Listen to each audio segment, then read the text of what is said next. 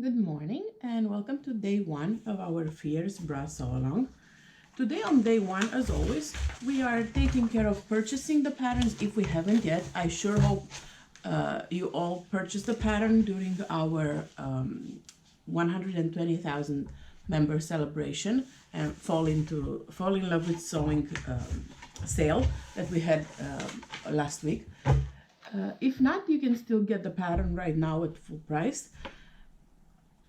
For the sew along, you can either use the youth one or the adult one. I personally will be using during the videos the adult one because I'm making one for me, but either one will qualify you. Of course, you can also make more than one. We will definitely notice that when we select the winners for the sew along. So let's get started. Once you purchase the pattern, make sure you open it in Adobe Reader. Always use Adobe Reader. Do not open it in Preview or any kind of other software because it may be off when you print the actual pattern piece. So open it in Adobe Reader and this way you will also be able to select your size. Make sure you grab your most recent measurements for under bust, full bust, and over bust. I will link, as always, in the blog post for day one the how to measure yourself blog. It's also linked in the pattern, so make sure you have your most accurate measurements. So you select your size. If your over bust is one size bigger or one size smaller than your under bust, and if your full bust is one size bigger or one size smaller then your over bust and under bust, you don't need to necessarily grade because this particular pattern has full bust pieces included and small bust pieces included. If it's more than one size difference between your full bust and your over bust and under bust, you will need to grade. Just as usual, I will also link the grading post in the blog. In my case, I print just one size for my bust because my full bust is very close to one size bigger, so I prefer for personal reasons to make the full bust piece because I'm very close to the next size up for the full bust, whereas my under bust and over bust are at the beginning of size 1X. So this is what I'm going to be printing right now. Select your layer as from Adobe Reader, layer or layers depending if you need to grade, and print your pattern. You can print just the pattern pieces. There's a printing guide in the pattern included if you want to save paper. So once you've printed your pattern pieces, you're gonna start taping them together. I'm going to be doing these videos for all the newbies out there in the group. If you've printed our patterns before, it's pretty much the same process, but we have a lot of new members in the sew along group, so I wanted to take a couple of minutes to show you how easy it is to print your pattern pieces. So these are no trim patterns, so I'm basically using good old-fashioned Elmer school glue. I get mine on Amazon very cheap. I'm taking the first page and then I'm gluing the second page, matching the line. So right now you will see a tiny little part here that's not printed, and that's absolutely okay. That doesn't mean you have an error in printing or anything. You will it is on the other page, so just cut the straight line here and you're fine. I just want to mention this because I've seen some people getting worried about this little part here being not printed, and that's absolutely normal. What is very important for you to do once you print your pattern pieces, even before you start gluing them together, is to make sure you measure your 4 centimeter and 2-inch square. So make sure that when you measure them, the measurements are exactly 2 inches and exactly 4 inches, not a little over, not a little less, because every little over or little less, it's applicable to every 2 inch of the pattern. So it adds up pretty quickly and you won't have the piece that you actually need. So make sure your 2-inch or 4 centimeter squares are exactly that. If not, you will need to adjust the printer settings, making sure that it is printing actual size, not fit to page, and it's also printing auto landscape and portrait. So then you're going to continue to match pages.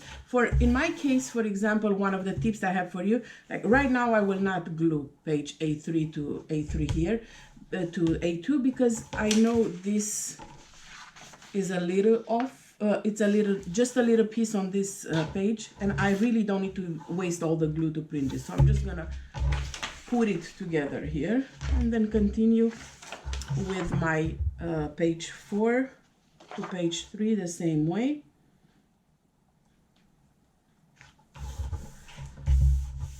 And let's see.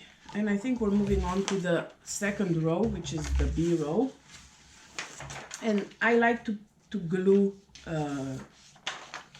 rows and then columns together. So for the B one, I'm gonna do the same thing here. And then I will take my first 2 pages and glue them here. I tend to only put glue on the part that has the pattern and a little bit outside of it. I'm not gonna put glue all the way here because it's wasteful and I really don't need it. Now, if you are lucky enough to have a plotter or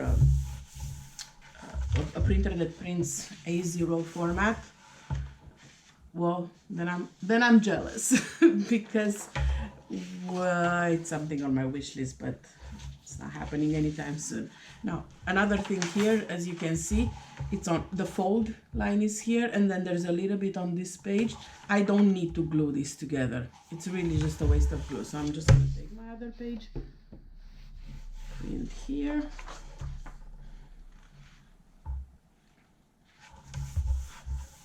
And now I'm going to glue my B4, matching the B4 here, but I'm only going to glue here at the strap because the rest is not an actual pattern piece. It's dead blank space, so I don't need to put glue here. Honestly, it's just wasteful.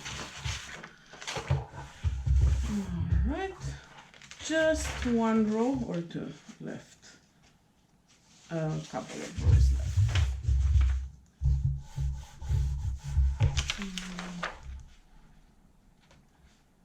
I know this may be a little boring for our vets sewists.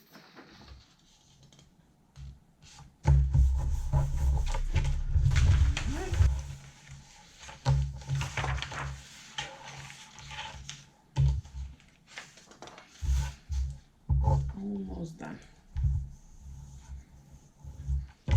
Now here I will need to attach. Now this one I really didn't need to do, but I do need to attach this because I have a piece that goes there. So you get the idea. Continue taping it all together and then cut your pieces.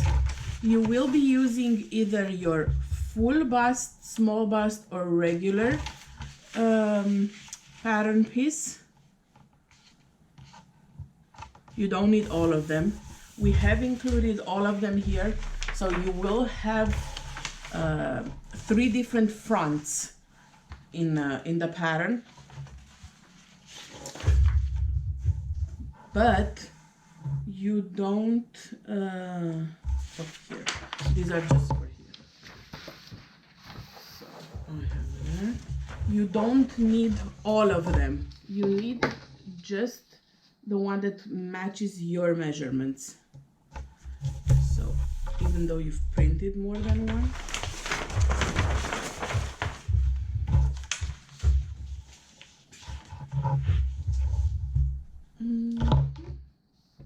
And the last one. Okay, so the pattern is printed. Let me just remove the straps part here because it's long and you really don't need to see me cutting straight lines. I'll do that off camera. Here, I do need to make sure that this is glued together.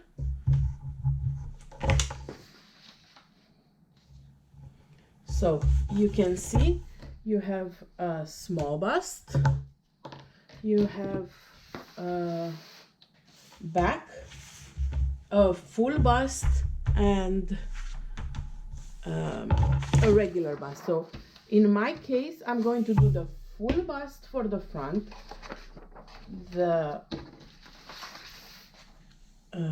full bust for the back, but and the lining. I do not need the small or the regular bust pattern piece. So make sure you cut your pattern pieces based on your measurements.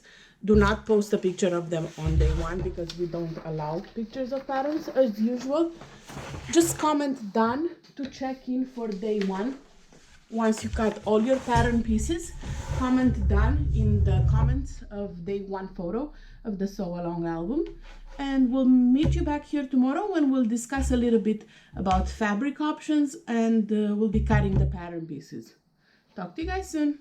Bye.